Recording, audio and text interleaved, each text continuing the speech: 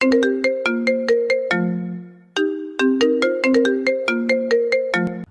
যে বন্ধুরা শুনছো, নতুন নতুন রোমান্টিক ভালোবাসার গল্প পেতে ও শুনতে চাইলে আমাদের সাগর অফিসিয়াল চ্যানেলটি সাবস্ক্রাইব করে বেল বাটনটি অন করে দিও। লাইক কমেন্ট করতে মোটেও ভুলবেন না কিন্তু। ধন্যবাদ সবাইকে। স্যার এখন ব্যস্ত আছেন, আপনি কিছুক্ষণ অপেক্ষা করুন। আপনি ওনাকে বলুন যেন দ্রুত নিজের কাজ শেষ করে। আমার ফিরে যেতে হবে তো, এখানে এত বেশি সময় দেওয়া আমার পক্ষে সম্ভব না। ম্যাম প্লিজ কিছুক্ষণ অপেক্ষা করুন। রাগে এবার শরীর কাঁপতে শুরু করলো তৃষার। প্রয়োজন না হলে সে এতক্ষণ কখনোই অপেক্ষা করতো না। নিজের হকের টাকার জন্য এত ঝামেলা পোহাতে হলো তাকে। নতুন বস নাকি দুদিন আগেই এসেছেন, আর সব কিছুর হিসেব গতকাল থেকেই শুরু করেছে। সব বিল দেখছেন বলে তৃষাকে বলা হয়েছিল বিল আরও 1 সপ্তাহ পরে পাবে, কিন্তু বিল আজ না পেলে তৃষার ব্যবসা আসমানে উঠবে, আর এত জোরেই নিচে পড়বে যে তৃষা সেসব গোছাতেই পারবে না। কেউ দেখা করতে এসেছে, 2 ঘন্টা থেকে অপেক্ষা করছে। শুনেই বিরক্ত হলো সিক্ত। কাজের সময় এসব দেখা সাক্ষাৎ মোটেই পছন্দ নয় তার। কিছুক্ষণ চুপ থেকে তাকে ভেতরে আসতে বলল সিক্ত। রিসেপশনালিস্ট চলে গেল। ভেতর যেতে পারবে জেনেই প্রায় দৌড় দেয় তৃষা। হাতে টাকা নিয়ে যেতেই হবে। মাথা নিচু করে ফাইলে কিছু দেখছিল সিক্ত। তৃষা দরজায় টোকা দিতেই সিক্ত ভেতরে ঢোকার অনুমতি দেয়। সিক্ত কাজে ব্যস্ত। তৃষা চওড়া টেবিলে রাখা নেম প্লেট থেকে নতুন বসের নামটা পড়ে নেয়। সমৃদ্ধ আহমেদ। নামের সাথে সাথে লোকটার দিকেও তাকায় তৃষা। চেহারা দেখা যাচ্ছে না, কি এমন ব্যস্ত এই লোক যে তৃষাকে কিছু বলছেও না। প্লিজ বসুন। এবার যেন কলিজায় ঠান্ডা হাওয়া বইল তৃষার। কথা বলার সুযোগটাই তো খুঁজছিল সে। নতুন কারোর সাথে কথা বলতে প্রথম দিকে খুব কষ্ট হয় তৃষার। বসে একবার দীর্ঘশ্বাস নিয়ে সে বলল, আমি আনান ক্যাটারিং এর ম্যানেজার। এই কোম্পানির লাস্ট ইভেন্টে আমরাই ক্যাটারিং এর কাজটা করেছিলাম। আসলে আজ টাকাটা খুবই দরকার আমার ইভেন্ট কোম্পানির জন্য। 1 সপ্তাহ অপেক্ষা করা সম্ভব নয়, তাই আমিই চলে এসেছি। ফাইল সরাতে চোখাচোখি হলো তৃষার সাথে। তৃষা চোখ না সরালেও সিক্ত চোখ সারিয়ে নিল। সিক্ত নরম স্বরেই বলল, আমি গতকাল থেকে বিল চেক করা শুরু করেছি।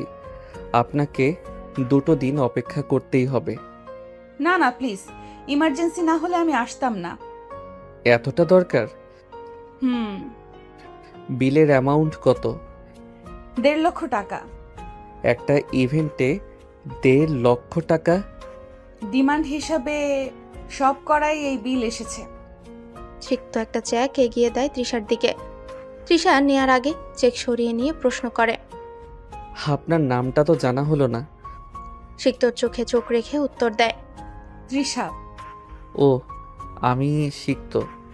নেম প্লেটে তো লেখা সমৃদ্ধ আহমেদ। সিক্ত নিকনেম, কাছের মানুষেরা সিক্ত নামেই ডাকে। বলে অসাধারণ মুচকি হাসি দেয় সিক্ত। তৃষা বলে, আমি আপনার কাছের মানুষ নই। আর আমার চেকটা? চেক হাতে পেতে বেরিয়ে যায় তৃষা। সিক্ত নিজের চেয়ারে বসে বলে, তাকিয়ে থাকতে আজও পারলাম না। তোমার চোখে চোখ রাখতেই নেশা ধরে যায়। এবার দেখব কিভাবে পালাও তুমি। তোমাকে নিঃস্ব করে ফেলবো। ত্রিশু, তুমি এবার আমার কাছ থেকে রেহাই পাবে না। চেক ভাঙিয়ে স্টাফদের বেতন দিয়ে দেয় তৃষা। হাত চেকটা না পেলে অনেকগুলো যোগ্য কারিগর হাতছাড়া হয়ে যেত। কয়েকজনকে 2 মাসের বকেয়া বেতন আজ দেওয়া হয়েছে। তৃষার নিজের কাছে 5,500 টাকা অবশিষ্ট রইল। এই টাকায় বাবার ওষুধ, মায়ের নতুন চশমা, ছোট ভাইটার কোচিং এর টাকা সব দিতে হবে। সে নিজের জন্য কিছু কিনে না 3 মাস হতে চলল। নতুন ভোরের সাথে শুরু হলো নতুন ব্যস্ততা। তৃষা ঘুম থেকে উঠতেই তার মা সুচিতা ঘরে ঢুকে বলেন, তৃষা মা, আমার মায়ের এই শাড়িটা তোর অনেক পছন্দ তাই না মা? আজ এই শাড়িটা তোমাকে পরাবো আমি। পরে নে জলদি, আর হালকা মেকআপ করে নিস কেমন? মা, ঝুট করে শাড়ি পরতে বলছো কেন? পরে নে না মা। এইসব করে সময় নষ্ট করতে পারবো না মা। অফিসে যেতে হবে, অনেক কাজ পড়ে আছে। আমি তোর অফিসে কল দিয়ে বলে দিয়েছি আজ তুই যেতে পারবি না, ওরা সামনে নিবে। তুমি কি আমাকে বলবে কি চাইছো তুমি? নিজের ছেলে সহ তার পরিবার বসে আছে, তোকে দেখতে এসেছে। তৃষার হৃৎপিণ্ড লাফিয়ে উঠল যেন। ভয়ে কেমন করে যেন এক প্রকার মনের অলিতে গলিতে দৌড়াতে লাগলো। হুট করে কে বা আসবে, আর আসলেও এভাবে এত সকাল সকাল। সুচিতার সবুজ রঙের জামদানি শাড়িটা খুব পছন্দের তৃষার, সাথে ম্যাচিং করে সবুজ রঙের কাচের চুড়িও পরে নিল সে। বাম পাশে সিথি করে কোমর অব্দি চুলগুলো ছেড়ে দিল। গলায় পি লেখা সোনার চেনটা তো আছেই, কানে ছোট্ট সবুজ রঙের ঝুমকো পরে নিজের সাজ কমপ্লিট করে নিল। আয়নায় নিজেকে সে দেখে নিজেই মুগ্ধ। তৃষার মা মেয়ের ঘরে ঢুকেই দেখেন তৃষা এখনো মেকআপ করেইনি। তিনি তৃষাকে জোর করে হালকা মেকআপ করতে বাধ্য করায়। তৃষা মুখে ফেস পাউডার, চোখে আইলাইনার আর ঠোঁটে লিপ বাম দিয়ে তৈরি হয়ে যায়। তার মনের মধ্যে একটাই প্রশ্ন, কে এসেছে? মাথা উঁচু করে তাকানোর সাহস পাচ্ছে না তৃষা। তৃষাকে অনেকগুলো প্রশ্ন জিজ্ঞেস করলো একটা মহিলা, অর্থাৎ ছেলের মা, কিন্তু কোনো উত্তরই দিল না তৃষা। কিছুক্ষণ পরে ছেলেটা বলল, ওর সাথে আমি একা কথা বলতে চাই। কণ্ঠটা শুনেই কেঁপে উঠল তৃষা। শেষ রক্ষা আর হচ্ছে না বুঝাই গেল। যাও তিশা। তৃষা একাই হাঁটতে শুরু করে। ছেলেটা পিছু নেয় তৃষার। তৃষা ঘরে ঢোকার পরেই ছেলেটা ঘরে ঢুকে দরজা লক করে দেয়। তৃষাকে পিছু ঘুরতে না দেখে ছেলেটা বলে, অনেক হয়েছে তোমার করা রোমান্টিক নাটক আর মেলোড্রামা সিনেমা দেখা। আমার পক্ষে আর এসব দেখা সম্ভব না। মা বাবাকে সাথে নিয়ে এসেছি, বিয়েটা আমি আজই করব। তুমি আমার কাছে অনেক কিছুই তো পাও, সেগুলো ইন্টারেস্ট সহ ফেরত দিব ত্রিশু। তৃষা ঘুরে দাঁড়ায়, চোখে তার উপচে পড়া পানি। তুমি আমার জীবনে ফিরে আসতে চেও না প্লিজ। তোমাকে সামলানোর মতো ধৈর্য আমার আর নেই। প্লিজ সিক্ত, তোমার মা বাবাকে নিয়ে চলে যাও। কথাটা শুনে রেগে গেল সিক্ত। সে দ্রুত এসে তৃষার গাল চেপে ধরে বলে, তোকে পর্যাপ্ত পরিমাণ শাস্তি না দিয়ে আমি শান্ত হব?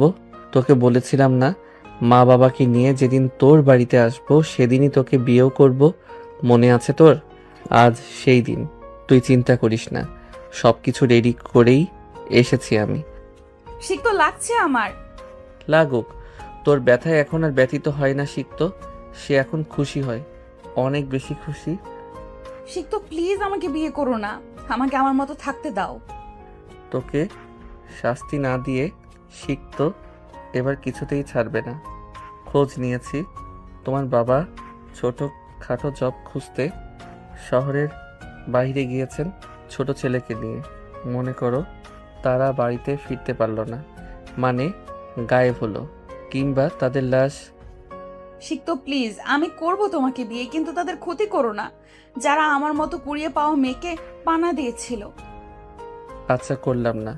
কিছুক্ষণ পরে মা এসে তোমাকে সাজিয়ে দেবেন। কোনো নাটক কিংবা সিনেমা করবে না আশা করি, না হলে সিক্ত একটু বেশি রেগে যাবে মাই লাভ। শব্দ করে চুমু খেলো তৃষার গালে। মাথা নিচু করে ফেললো তৃষা, কেননা দরজায় এসে দাঁড়িয়েছে তার মা। তার মা নিজেও লজ্জা পেয়ে চলে গেল। সিক্ত বলল, মাথা তুলতে পারো, চলে গেছে তোমার মা। তুমি জানতে? হ্যাঁ দেখেছিলাম, সেটার জন্যই তো তোমার গালে ছোট্ট আদর দিলাম। তবে তুমি নিজেকে শাস্তির জন্য প্রস্তুত রেখো। আমি একটু বাহিরে যাচ্ছি, 2-3 ঘন্টার মধ্যেও ফিরে আসতে পারি, আবার নাও আসতে পারি। 2-3 ঘন্টার মধ্যে। সিক্তর বাবা সোহেলও ছেলের সাথে বেরোলেন। সুচিতার সাথে সিক্তর মা নবনীতাও রান্নায় সাহায্য করলেন।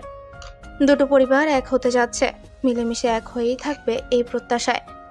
সোহেল ফিরে এসে জানালেন সিক্তের আরো কিছুক্ষণ সময় লাগতে পারে, সব রেডি থাকতে বলেছে। এসেই বিয়ে করে তৃষাকে নিয়ে চলে যাবে।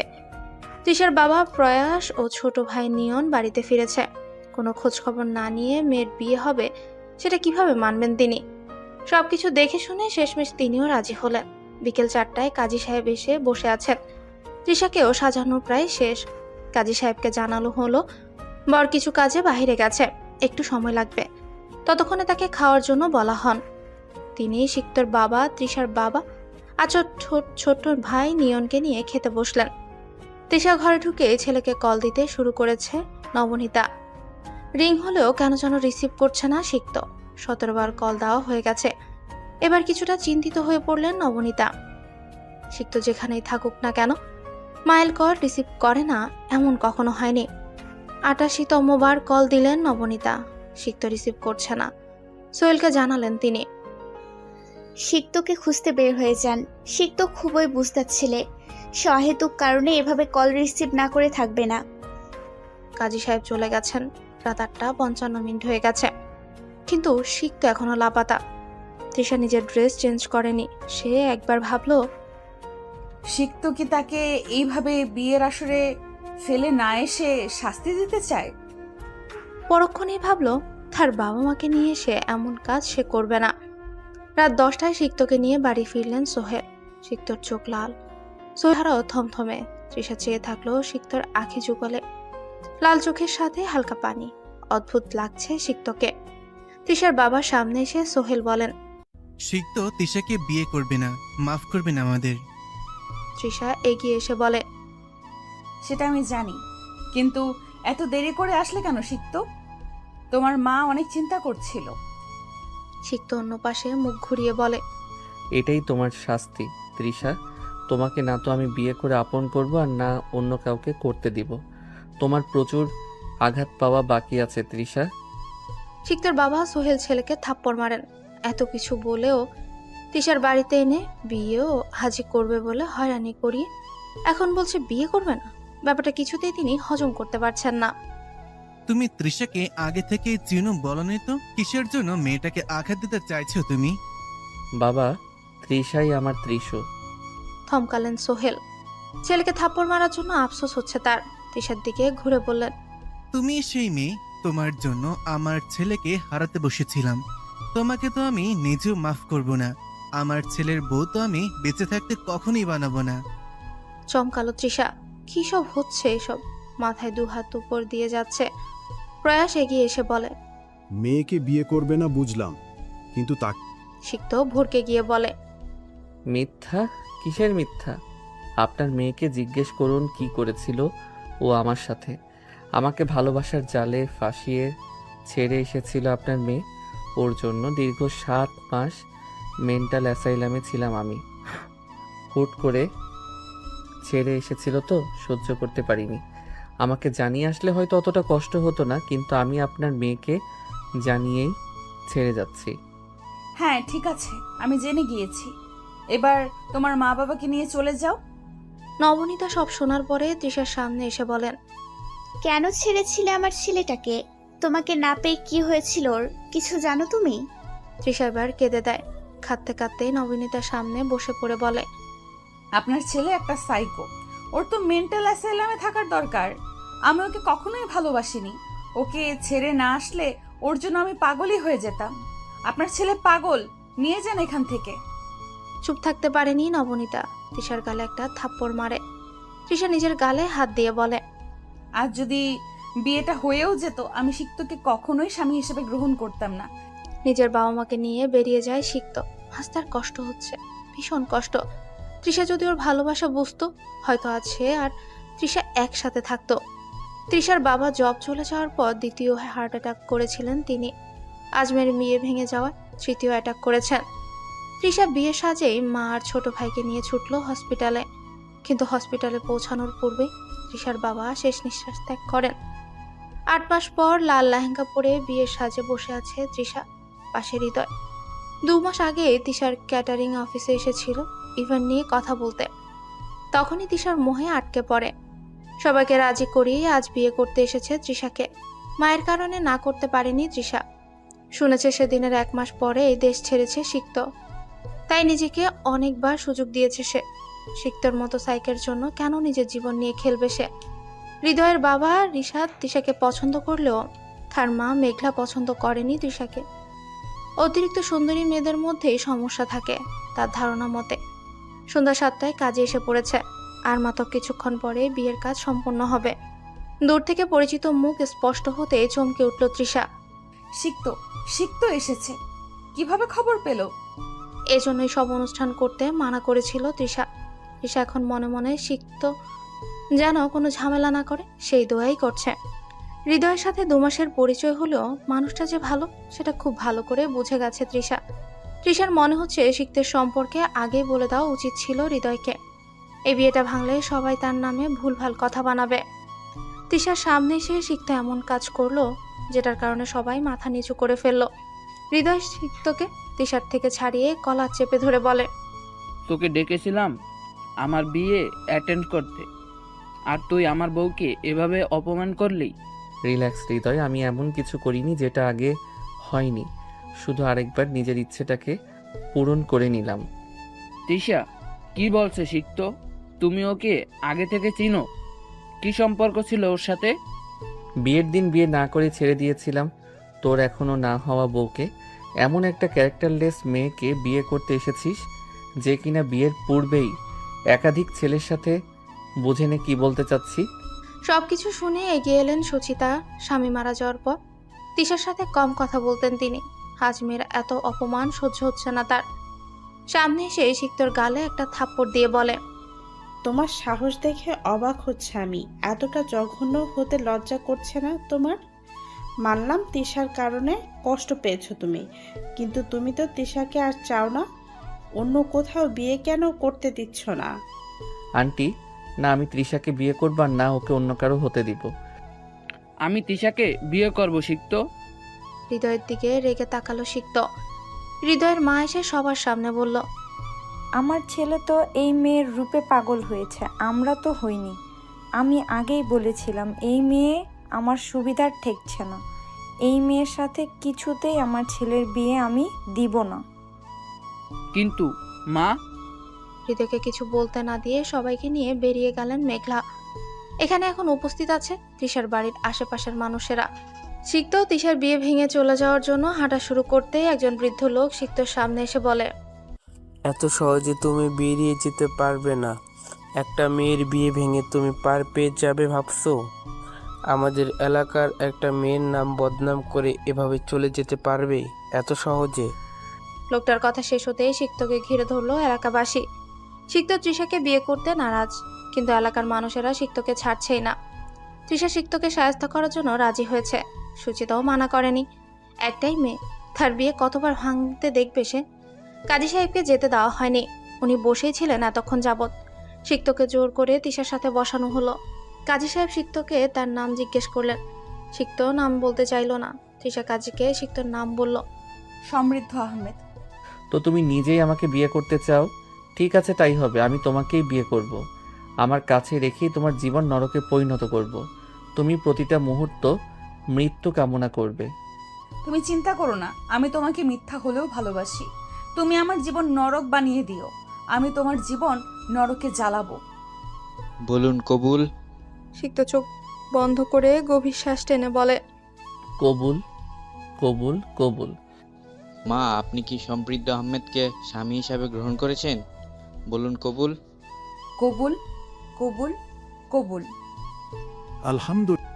সুচিতার কাছে পানি মুছে তৃষাকে বলে, তোর জন্য স্বামীর সংসার সহজ হবে না, কষ্ট করে হলেও মানিয়ে নিস। সিক্তর সাথে তৃষাকে বিদায় দেয়া হলো।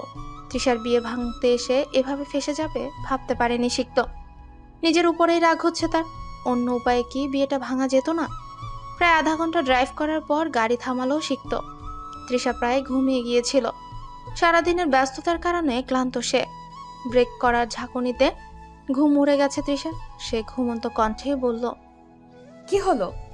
তোমার বাড়ি তো অনেক দূরে, জঙ্গলের পাশে কেন থামলে? তোকে সিক্ত কখনোই নিজের বাড়িতে নিয়ে যাবে না। মাঝ রাস্তায় ফাজলামি করো না তো। বাকি পথ আমি ঘুমিয়েই যাব, চলো এখন। বলেই তৃষা চোখ বন্ধ করে শরীর এলিয়ে দেয় সিটে। সিক্ত প্রচন্ড রেগে যায়।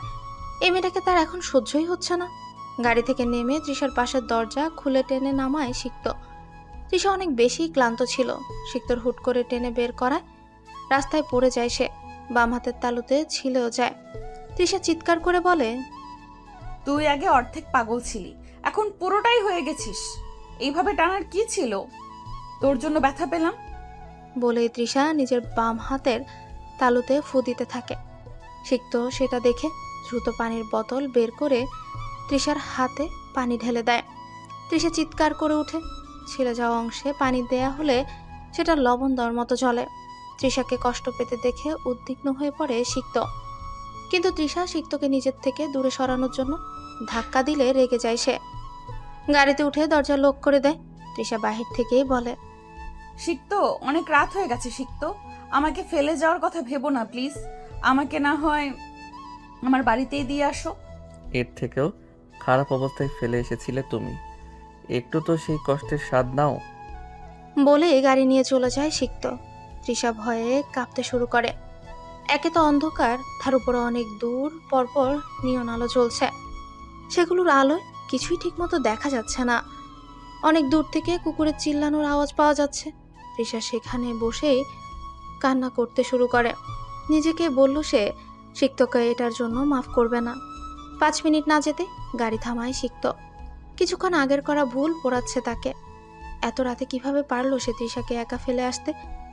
মোবাইলটা হাতে নিয়ে দেখলো 11টা 9 মিনিট, সাথে 58টা মিসড কল। নবনীতা আর সোহেল কল দিয়েছিল। সিক্ত মোবাইল রেখে গাড়ি ঘুরায়। কোন দিকে যাবে বুঝতে পারছে না তৃষা। সিক্ত এমন করবে জানলে বিয়ে করতো না সে। বাড়ির ভেতরের শাস্তি আলাদা, আর এভাবে এত রাতে রাস্তায় ছেড়ে দেওয়াটা আলাদা। একটা মেয়ে এভাবে রাস্তায় ঘুরতে থাকলে অ্যাক্সিডেন্ট হতেই পারে। নিজের উপরেই রাগ হচ্ছে তৃষার। রাস্তার দুপাশে ঘন ঘন গাছ। একটা মোটা চওড়া গাছের শিকড়ের কাছে চুপটি মেরে বসলো তৃষা। রাস্তায় হেঁটে বেড়ানো ঠিক হবে না ভেবে সিক্ত যেখানে ছেড়ে গিয়েছিল সেখান থেকে 10 গজ দূরত্বেও যেতে পারেনি তৃষা।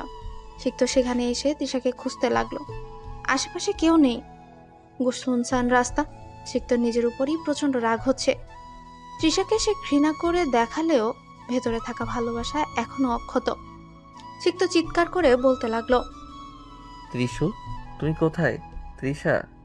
তৃষা সিক্তর চিৎকার শুনে উঠে দাঁড়ায়, কিন্তু সিক্তর করা ব্যবহারে কথা মনে পড়তে আবারও বসে পড়ে।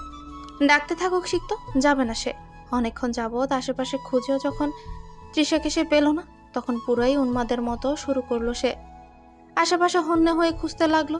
সিক্তকে এমন অবস্থায় দেখে ভয় লাগতে শুরু করে তৃষার। সিক্ত নিজেকে কন্ট্রোল করতেই পারছে না। বোঝা যাচ্ছে সে চেষ্টা করছে। তৃষা আর আশেপাশে সিক্ত আসতেই নিজেকে আড়াল করে নিচ্ছে সে। সিক্ত অন্য পাশে জঙ্গলের মতো দিকটার দিকে এগোতেই তৃষা চিৎকার করে বলে, সিক্ত। সিক্ত পিছু করে তৃষাকে দেখে ছুটে এসে জড়িয়ে ধরে। তৃষা নিজেকে ছাড়ানোর চেষ্টা করে ব্যর্থ হলো। সিক্ত বলতে লাগলো, কোথায় ছিলে তুমি? তুমি ঠিক আছো তো? আমি তো ভয়ই পেয়ে গিয়েছিলাম। তৃষা ধাক্কাতেই থাকলো, কিন্তু নড়াতে পারলো না সিক্তকে। কিছুক্ষণ পর তৃষাকে ছেড়ে দিয়ে হাত টেনে গাড়িতে বসালো সিক্ত। নিজেও গাড়িতে বসে বাড়ির উদ্দেশ্যে রওনা হলো। তুমি কি ভেবেচিন্তে বিয়েটা করছো? হ্যাঁ বাবা। মোটেও না, ওনাকে আমার প্রতিবেশীরা ধরে বিয়েটা দিয়েছে। বাড়িতে তৃষাকে নিয়ে আসলে সোহেল আর নবনীতা সিক্তের সাথে তৃষাকে দেখে অবাক হয়। তৃষা ছিল বিয়ের সাজে। সিক্তর বাবাকে বোঝাচ্ছিল সে নিজের ইচ্ছেতে বিয়েটা করেছে, কিন্তু তৃষা পাশে থাকায় সিক্তর মিথ্যা বলা নিজেই সত্যটা বলে দেয়। সোহেল আর নবনীতা দুজনই তৃষাকে পছন্দ করেন না, কিন্তু বিয়ে তো হয়ে গেছে, তাই নবনীতা তৃষাকে সিক্তের ঘরেই নিয়ে যায়। সোহেল সিক্তকে নিয়ে সোফায় বসে। যেহেতু বিয়েটা হয়েই গেছে, তাই সোহেল সিক্তকে বলে, আমি ওই মেয়েকে তোমার সাথে বিয়ে দিয়ে কখনোই তোমার বউ বানাতাম না, কিন্তু এখন যখন বিয়েটা করেই ফেলেছো, তাই আমি চাইবো তুমি নিজ দায়িত্ব পালন করবে। তৃষাকে তুমি তোমার জীবনে কবুল করেছো, মানে সে এখন তোমার দায়িত্ব। নিজের দায়িত্ব থেকে পালানোর চেষ্টা করবে না। পালানোর হলে কি আর এত কিছু করে ওকে বিয়ে করতাম নাকি? সিক্তর কথাটা তেমন যেন অদ্ভুত শোনালো।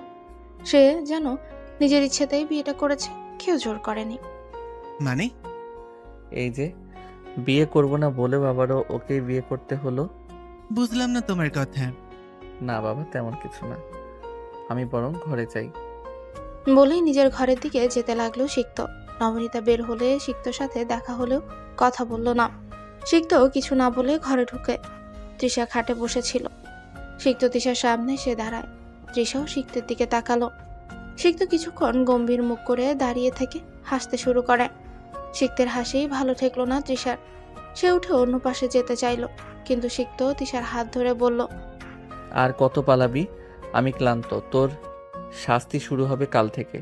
হৃদয়কে বিয়ের জন্য হ্যাঁ বলেছিলি, ভাগ্যিস হৃদয় আমার বন্ধু। ওর জন্য আর আতিকুর চাচার জন্য অবশেষে তোকে পেলাম। হৃদয় তোমার বন্ধু বুঝলাম, কিন্তু আতিকুর চাচা তো আমার প্রতিবেশী। তার আর হৃদয়ের জন্য আমাকে পেলে মানে? আমি হৃদয়কে তোর কাছে পাঠিয়েছিলাম। তুই ভাবলি কি আমি তোকে অন্য কারো হতে দিব? সব সাজানো ছিল, শুধু মাঝখান থেকে প্রয়াস আঙ্কেল নিজের জীবন হারালেন। আমাকে বিয়ে করার হলে প্রথমবার বিয়েটা ভাঙলে কেন? ওটা তোর শাস্তি শুরু হওয়ার প্রথম ডোজ ছিল। সেই ডোজ হিসাবে বাবাকে কেড়ে নিলে? আঙ্কেলকে তো আর আমি মারিনি, তবে হ্যাঁ, যদি কখনো প্রয়োজন হতো আমি সেটাও করতাম। আমাকে যেতে দাও সিক্ত। হ্যাঁ হ্যাঁ, যাও, চলে যাও। তৃষা তাকালো সিক্তের দিকে। বোঝা যাচ্ছে রেগে আছে, কিন্তু সিক্ত যখন বলেছে চলে যাও, এখন গেলে সিক্ত আটকাবে না, কিন্তু এত রাতে বের হওয়াও ঠিক হবে না। কাল সকালে চলে যাব। তোমার সময় শেষ, আর যেতে পারবে না। তোমাকে বিয়ে করব বলে আগেই তোমার জন্য কাপড় এনে রেখেছিলাম, যাও চেঞ্জ করে আসো। তৃষা চেঞ্জ করতে চলে গেল। এদিকে সিক্ত হৃদয়কে কল দিয়ে বলল, ধন্যবাদ তোকে। সেদিন যদি তুই পলকের ছবি না দিতি, আমি হয়তো ওকে হারিয়েই ফেলতাম। আর জেলাস না তো, পছন্দের জিনিসটা দিয়ে দিলাম। হ্যাঁ, সেটার জন্য টাকাও তো কম নিসনি। আতিকুর চাচাকে ওনার অংশ দিয়েছিস তো? হ্যাঁ দিয়েছি। কল কেটে দিল সিক্ত। তৃষা সিক্তের কাছে এসে বলল, সিক্ত, তুমি হৃদয়কে টাকা দিয়ে কিনেছিলে, আর আমি বোকার মতো হৃদয়কে বিশ্বাস করলাম। সিক্ত তৃষার দিকে ঘুরে ওর গাল চেপে ধরে বলে, অন্য কাউকে বিয়ে করার কথা ভাবছিলি কি করে তুই? তোর সাহস দেখে অবাক হয়েছি আমি। তোকে খুন করতে ইচ্ছে করছে আমার। তৃষা অনেক কষ্টে সিক্তের হাত নিজের গাল থেকে সরায়, তারপর বলে, আমি তোমাকে কখনোই